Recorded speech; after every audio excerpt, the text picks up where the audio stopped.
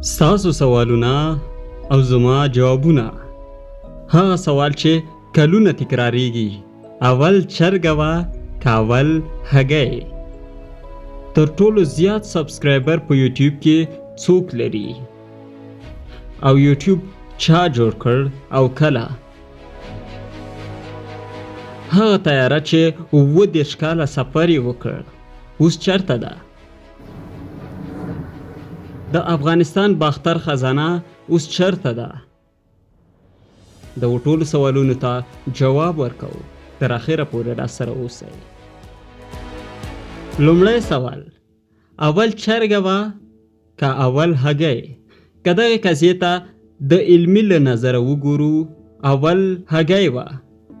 د چرګې هګۍ نه، هګۍ.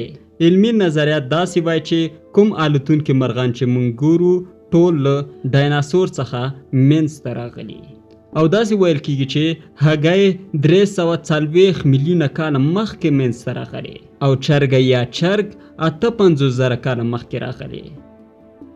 نو که دغې قضیې ته د علمي نظره وګورو، اول هګۍ پیدا شوې، نه چرګه. بل سوال، زیاترین سبسکرایبر په یوټیوب کې څوک لري؟ تر ټولو زیات یې یوه هندي کمپنۍ چې د ټي سیریز په نامه ده هغې لري، چې 218 میلیونه سبسکرایبر لري، او دا کمپنۍ فلمونه او سندرې جوړوي. او که چېرته شخصي یو نفری حساب کو، تر ټولو زیات یې پیوریفای لري چې 111 میلیونه سبسکرایبر هغه لري، او موضوع هم فني یا سرګرمي ده. ستاسو بل سوال، یوټیوب چا جوړ کړی؟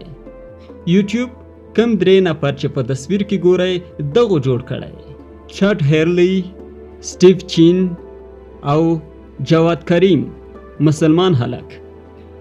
دغو 3 نفر یوټیوب جوړ کړی.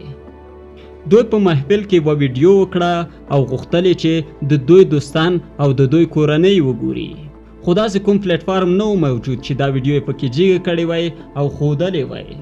د دوی په فکر کې یوټیوب راغی او یوټیوب یې جوړ کړ. خو اوس یوټیوب د دغو 3 نفرو نه دی، د ګوګل دی، او دغو ته تر 1 میلیارډ زیاتې پیسې ورکړلې او ګوګل واخیسته. او په اوس حالت کې چې یوټیوب کوم ګورو، نشو کولی دومره یو قیمت پې کېږدو، ځکه چې ارزښت یې اوس ډېر زیات دی. او اولینه ویډیو په 2005 کال کې جواد کریم جګه کړله. جواد کریم پلار یې بنګلادیشی دی او مور یې د جرمني هیواد څخه ده، چې اصل کې بنګلادیشی حسابېږي. او په 2005 کال کې اولینه ویډیو یې په یو ژبڼ کې جګه کړله. او که چېرته غواړئ ویې ګورئ، په یوټیوب کې ولیکئ میټو ارزو. هغه طیاره چې 27 کاله یې سفر وکړ. زه نه غواړم چې ډېر د دروغو په تیوري باندې وغږېږم، خو دا موضوع ډېره په یوټیوب کې ګرمه وه. 27 کاله سفر دغه تیارې واقعیت سره نه دی کړی. دا بل څه نه دي بلکې لوی دروغ دي چې تر اوسه پورې یوټیوبرانو موږ ته ویلي، او ځینې عکسونه هم چاپ کړي چې دغه ورځپاڼې داسې ویلي یا هغې ورځپاڼې د یوټیوب چینل مخ ته وړو دپاره، او دا خبره یې ډېره لویه کړې ده. د افغانستان باختر خزانه اوس چرته ده؟ د افغانستان باختر خزانه 2000 کلن تاریخ لري. دا خزانه له سرو زرو څخه ډکه شوې، او ډېر شیان د سرو زرو پکې دي.